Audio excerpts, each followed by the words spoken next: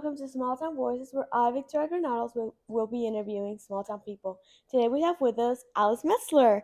How are you? I'm good. How are you? I'm good. Thank you Good. so much for joining us. I'm honored to be here. That's great. So, we all know you as the really busy lady who goes around town doing incredible things. Oh, wow.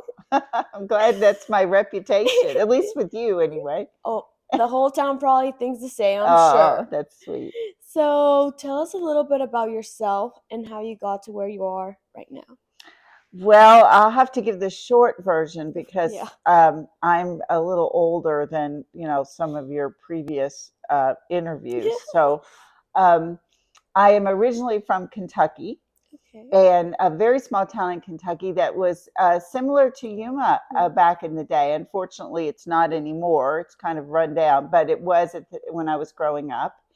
And went to college at Western Kentucky University, ended up moving to Colorado to go to graduate school, and then ended up staying in Colorado because I loved it so much. Absolutely. And so that's kind of how I ended up geographically in Colorado. Wonderful. Yeah. So, what were you majoring in? You mentioned your college. I majored in theater, of all things. Yes. It served me well, though. It has served me well. I truly wanted to be an actor Wow. growing up. I really, really did want to be an actor. And all through college, I wanted to be an actor and was an actor. Um, and I had an opportunity to work in a professional theater 2 summers, which was phenomenal. Wow. With professional actors, union actors, shall we Wow. say. And it was a magical experience, one of the best experiences of my life. But what it taught me was I didn't want to pursue it as a career. And so I made the tough decision when I was out here in graduate school for theater to not continue my graduate studies and try to figure out what else I wanted to do in my life. Wow. I guess I can kind of see you as an actress. Yeah, you can. Kinda. There's a Wow. little bit of it in all of us, I think. Yes, Yeah. totally. Yeah. That's wonderful. So when you decided, that was a pretty big decision. You moved all the way from Kentucky to Colorado, and then you took the difficult decision to not pursue that. What else did you find to keep you here in Colorado? Well, my uh, my career path to a certain degree, although I was really figuring out my career path, I had no idea what I was going to do. Absolutely. My first husband, my late husband, I met him around not too long after I've moved to Colorado. And so that was a big reason for Yeah. staying, because he was, of course, here, and we started kind of building our careers together. Absolutely. Yeah. Wonderful. You know a lot about business, and you worked a lot in the corporate world. What was your early career in that journey? Oh, okay. When I got what I would consider my first real job in a real organization, I was an administrative assistant for a bank, a large bank in Boulder. I was living in Boulder. And I worked in the loan department, and I was the secretary there. And it was a great experience. The bank was large, 240 people. That doesn't seem large in today's standards for banks, but back then it was. And just a real nurturing environment. I learned a lot. But this is where my theater came in. Okay. So there was an opportunity to participate in a national speech contest through, I think it was called American Banking Association. And of course, being a theater major, I was pretty good at giving speeches. Absolutely. And so I entered the contest and went to nationals. Wow. And I can't remember, I think I got second at nationals. And I had no idea what I was speaking about, mind you, but Really? I was very good at delivering. So what that did was put me on the radar of the bank management in Boulder, and I got into the management training program there in public relations and marketing. Ended up in public relations and marketing, and that's kind of where my career started, in Wow. marketing, PR, and then into sponsorship sales and that type of thing. Oh, wow. Yeah. Did you really enjoy doing all that? I did. I loved learning about it. I loved learning about it because it was also new to me, and I was still really young, where you absorb very quickly and you love that kind of thing. I did not necessarily want to stay in bank marketing. I wanted to do something a little more exciting. And so I moved to a hotel and did marketing for them. And then various and sundry different paths. I don't know how much detail you want, but a lot of different businesses. And I was executive vice president for the Boulder Chamber of Commerce for Oh, many wow. years. And so that's kind of was my path, a shortened version of my path. Yeah, Yeah. not totally. So we can tell you really like diversity. Yeah. You didn't just like the banking, you wanted to try hotel, then Yes. that's great. So, what are some lessons that you took from working with a bank and large businesses? Um, I think, well, for really business in general, there are some lessons I learned. One is you do the right thing because it's the right thing to do. And I learned that from people who did the right thing, and I learned it from people who did not.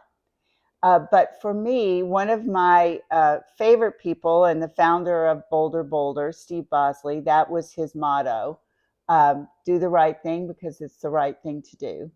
And so I have tried to lead by that, my business career. Absolutely. Another thing I learned was lead from behind. So put people in front of you, and don't try to pull them behind you, but put them in front of you, and let them learn the way you learned, learn the good way, let them make mistakes so they learn from them. But that to me is how you develop leaders. Totally. Yeah. Yeah. So you're not controlling them. They're not your puppets. No, You're they're not. making leaders too. Right. Absolutely. So you mentioned the Boulder. Would you like to talk to us about that? Oh, sure. It's one of my favorite topics. It's wonderful. I've worked for the Boulder for almost 19 years. I started with them running their sports exhibit and expo. So it was part time, it Yeah. was full time seasonal. But I had another business at the time, and so I was doing a lot of different things. And then decided in 2013, my first husband passed away, and I wanted to make some other changes in what I was doing. So I became full time with them and started selling sponsorships for them. Wow. Sponsorships. Yes. So I sold sponsors on a local and national, regional level. The race, I think everyone, well, not everyone, but most people know about Yes. Boulder. Largest, fourth largest race in the country, 50,000 plus registered runners. Wow. So it was a big job. It is a big job. Yeah, Wow. it's a big job. So you did that for 19 I years? did, yeah. What kept you so motivated to like just keep doing that for 19 years? Well, I found that I loved sales, and I was good at it. I think I learned my skills along the way. So I didn't know, and most of us do, but I didn't really know what they were, coming from a theater background and then, going, well, what am I going to do? Yeah. But I learned because people would teach me, or they would comment, you're very creative, you're very persuasive, I'm very direct, Yes. so I had to adapt my style, but I love sales. I love this race. Absolutely. So I was doing something for an organization that I truly loved and believed in. I love the crescendo. I love events, so that when you work really, really hard, you come to the peak, which is race day, and then Yes. it falls off. So I love that build up. Yes, It was absolutely. different every year, I never the same thing. yes, totally. You had to choose the themes, you had to Yeah, get stuff for the racers. Wow. Yep. That sounds like a very fun job. It was a very fun job. And you get to be with a lot of people. A A lot of lot. people, yes. Very small year-round team at the race, but a lot of people I had contact with sponsors and seasonal work and that type of thing. Wonderful. That's great. Yeah. So, you like planning events. I do. Can you tell us a little bit about other events that you've planned? Some of your favorite ones, because you do a lot. Yeah. Um, well, I did an event when I was at the Boulder Chamber of Commerce years ago called Esprit Entrepreneur. Okay. And it was a celebration of the entrepreneurial spirit in the community. And Boulder had a very strong entrepreneurial spirit. And so we would meet, we honored, I think it was something like 4 to 6 entrepreneurs each year, Oh, and a wow. committee decided who that was. And then we would honor them with this very fun themed banquet that we did with beautiful, Ooh. professionally done videos and lots of interaction. And I loved coming up with the themes for those. We did a variety of different things, everything from fireworks going off in the middle of the tables to a Halloween theme one Oh, year. wow. And it was very well attended and and brought in money for the chamber. So that was a good one. And then of course Dancing with the Stars, Dancing with Boulder Stars, I did for 9 years, Oh, wow. and then now doing it in Yuma. And I love the magic of that event as well. So Yes, absolutely. yeah. Yes, you bring the whole town together, you know. Everybody go support. It has it sold out every year, right? It has sold out every year. And I don't do much with that. The dancers bring in all the audience and all the money, and it's just fun to see how creative they get and how much fun they Yes. have, and they get over their nerves and they realize it's just for fun, and it's such a fun thing to put together. Absolutely. Yeah. Yeah. And which one has been like your favorite out of like all of those, the three that you've listed for? Oh gosh. At different times they were all my favorite. So it's hard for me to pick one. I Yes, love doing this absolutely. for Yuma and seeing it come together and work. So, right now that one's my That favorite. one. Yeah. Okay. Okay, perfect. So, tell us a little bit about why you decided to become Yuma Chamber of Commerce director. Well, when I first moved to Yuma, and that was in, let's see, 2017, I think. Okay. Um, I was still working for the race, but because I was going to be moving, um, I was going to leave the race. And I told them, I'm like, I think I can do this remote. But back then, not as many people were working remote. And Okay. so they really wanted to hire someone. So I helped hire my replacement and left on great terms. And right after I moved out here, there was an opening. And I said, I think I would like to do that. So I interviewed and got the position and worked as the chamber director for a year. During that year, at the end of that year, uh, Cliff Bosley, the race director, called me, and the person that they had hired in my place was leaving. And they said, would you come back on just from October through December to help us through this period? And I was working part time at the chamber. So I said, sure, I can do that. And then in November, he's like, would you come back full time again? And I said, well, I will, but I'm going to work remote and Yeah. I'm not going to drive up every day. And they agreed. And so I went back to the race until I retired in December of last year. But a little bit before that, the chamber board had come to me and the position was open again. And they asked if I would consider it. And I said, sure. I loved it. I loved it when I did Yes. it the first time, but just couldn't pass up that opportunity. Absolutely. Yeah. Absolutely. That's wonderful. So, what have been some of your favorite moments being chamber director? Because you've done a lot, you've helped the community, and you just like bringing up all the businesses, you like lifting them up. Oh, that's nice. Well, there's always more to do, and I'm the first to acknowledge that. I think getting to know the businesses in Yuma has been really rewarding for me. getting to know, what's important to them. I think our some of the events we've done, the feature Fridays have been Yeah. fun to do. I don't do them as well as you do them, but I Oh. love doing them. Uh, we did a sidewalk sale recently that we're going to do one again this Oh, on Friday the yay. 24th. But just ask people to come out and check out the deals, and it was really successful. So doing things that help businesses thrive and be successful is is the number one goal of a chamber, and I love Absolutely. trying to find things that do that. Absolutely. Yeah. Totally. Yeah. Um, what are some of the like moments that you felt the proudest of in your career? Now, with all you've told us up till being chamber director. um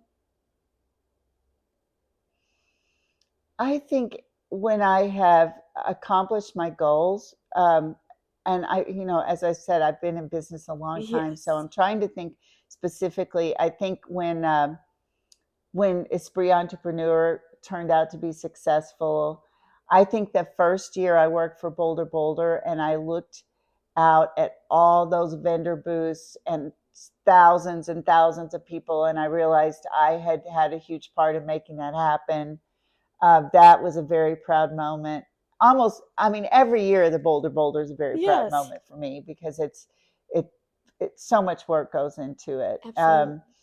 And I think being able to see others that I've worked with grow and develop is always makes me proud too. That's wonderful. Yeah, That's wonderful. Thank you. Um, you like working with other people. You most of the time. most of the time. And you like training people. You Hmm. like training them to be leaders. What has inspired you to do that? Because Oh, you're a born leader, and what has inspired you to like share what you know, what you've learned along the way to others? it's a good question. I think that early in my career, someone saw potential in me. They didn't see skill, they didn't see knowledge, they didn't see experience, but they saw my potential. And because of that, I was able to grow and make mistakes and have successes and learn from every one of them. And I really want to give that back to people that I work with or that I see. When I see potential in someone or that ability to help them define their skills, I just think it's really important to give that back because it was huge for me. I don't know that I was a born leader, and if I was, I certainly didn't know that. I wouldn't have called myself that. But having others see that in me and help me grow the right way, not the easy way, not the hard, not the No, easy steps, but the right way was really important to my career. wonderful. Yeah. Yes, yeah, because you're doing the Yuma leadership program. Student leadership, Yuma. Yes, Yes. and that is a wonderful program. I'm so glad you're enjoying Yes, it. I really am enjoying it. Um, how do you hope like that your contributions to every single organization, youth that you've helped, business, how do you like hope your contributions will be remembered? Oh, wow. I don't know that I don't know that I sit around thinking how I'm going to be remembered, to be honest with you. I hope people think of me. I know this sounds kind of campy, but I really hope people remember me as being kind and open and uh, have something that they either aspired to be or aspired not to be. But yeah, I guess that would sum it up. Yeah, Yeah. absolutely. So, what advice would you give to young professionals, especially women who are entering into a leadership role? Okay. What advice would you give them? When I was growing up in the business world, was a certainly a different time. I mean, women were accepted in the business world, of course, but it was almost like there was a box you stayed in. And I remember I was thinking about this yesterday, where we dressed like almost like men. We wore suits, we wore skirts, but we wore suits, and there was a period of time where women even wore little ties. I mean, we almost gave the essence of being more Manly. manly than feminine. And thank thankfully that has switched, because I think that women have a lot to offer in the work. I know they have a lot to offer in the workplace. It's learning those leadership skills that fit your personality. So you don't have to use your femininity. People are going to treat you like you let them treat you. So if you hold your own, you don't have to be rude, but you hold your own, and you come across as a strong um, female, not dominating, not angry, just strong. That's how people will treat you. Strong with kindness. Absolutely. We have skills that men don't have. Obviously, they have skills we don't have, but leadership doesn't have to be look one way. Absolutely. Yeah. I totally agree with you. Um, if you could relive any day, one day of your career, what day would that be? Oh my gosh. That is such a hard question, because I've had a lot of days. Yes. Um, I would say the first year that I did Boulder Boulder. That was just, I'll never forget it. It was magic. I was exhausted. I was, hanging on by a thread because I was so tired. But I was so proud of being a part of that organization. Not just what I did, but being a part of that organization. So Absolutely. that one comes to mind, I guess. Absolutely. So, what are some what is some advice that you would give to youth to help them experience or to encourage them to experience all sorts of things like you did and help them accomplish and feel like they've accomplished big things like you did that day? Hmm. Well, I think know what your skills are. Learn what your skills are, not your experience, not your knowledge. Learn your skills. And we talk about that in Student Leadership Yuma. Learn how to sell your skills to someone. That's really what it's all about, especially when you're starting out. Don't be afraid to pick a career that's different than what you thought you were going to do. Be Absolutely. open to variety. And some of us, know exactly what we want to do. It seems like from 10 years old up. And others, I was all over the place until I figured it out. But I wouldn't take back 1 minute of those experiences. So that's important. I think the other thing I would say is own your mistakes. Don't blame them on other people. Own it. Everything that happens, every failure you think you have, every mistake you have, there's probably one part of it that you can own. It might not all be your fault, but there's a part of it you could have switched and done differently, and you would have had a different outcome. So always look of what you can own as opposed to what others did to you. And that doesn't mean to go around saying you're sorry. It means owning it and changing it. Absolutely. Yeah. People like to see change. Yes. Yes, Mm-hmm. Yeah. totally. Um, And learn to listen. Learn to listen. learn to listen Mm-hmm. and react, right? That's we talked about Mm-hmm. how listening and reacting to what that person told you. Right. They'll tell you a lot if you just listen. Yes, Yeah. absolutely. So some last words from you. What do you hope to see in the chamber after you leave this at the end of this year? Well, I'm not worried about it at all because Hannah is going to do an Yes. amazing job. We're so lucky that she is willing to step up in this role and take it on. I hope that the businesses continue to be members and join because we're stronger in numbers. We can do more with numbers. I hope that we continue to do things that add value to business and the community.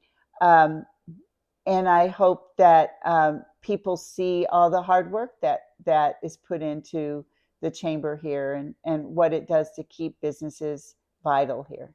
Absolutely. Yeah. Well, thank you so much, Alice. I really appreciate your time and being here and sharing part of your journey with a lot of people. Oh, I'm thrilled to be here. Thank you. Thank you. Thank you guys so much for listening and stay tuned for the next episode. Bye bye.